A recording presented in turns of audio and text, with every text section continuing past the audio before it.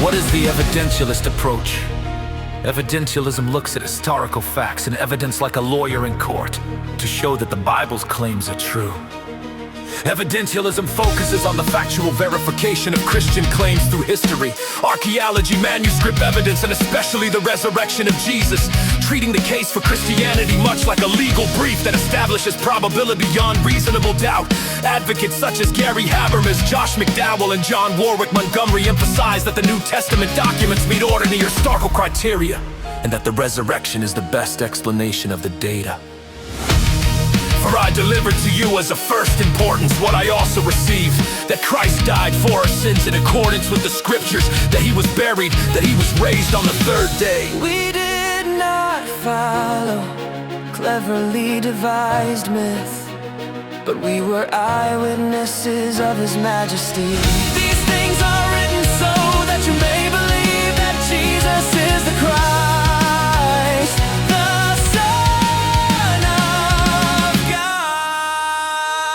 Gary Habermas has cataloged a minimal facts approach, noting that even skeptical scholars concede Jesus dead by crucifixion, the disciples' experience of appearances, and the origin of their belief in the resurrection. Josh McDowell popularized the evidential case by compiling archaeological and manuscript data showing the New Testament's reliability far exceeds that of other ancient literature.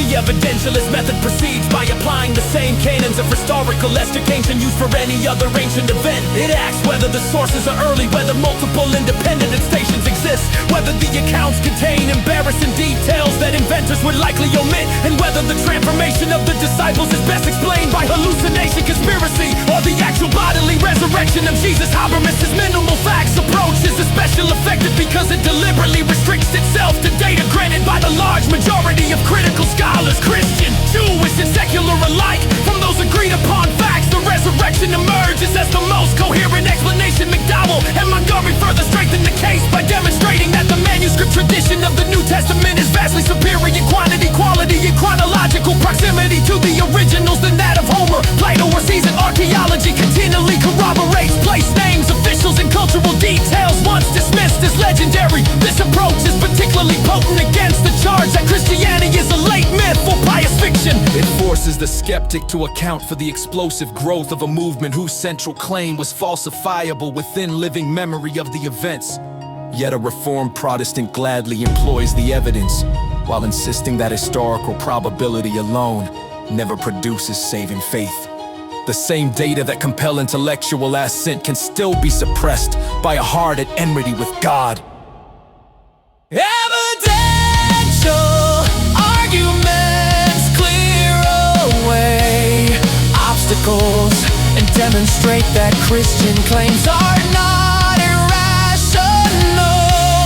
They do not regenerate. The Spirit must open the eyes of the heart to receive what the evidence points toward. Thus, the evidentialist serves as a faithful witness to the facts while remaining dependent on the sovereign work of God for the birth of true belief.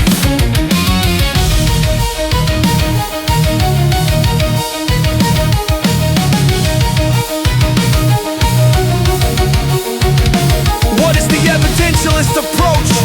Evidentialism looks at historical facts and evidence like a lawyer in court to show that the Bible's claims are true.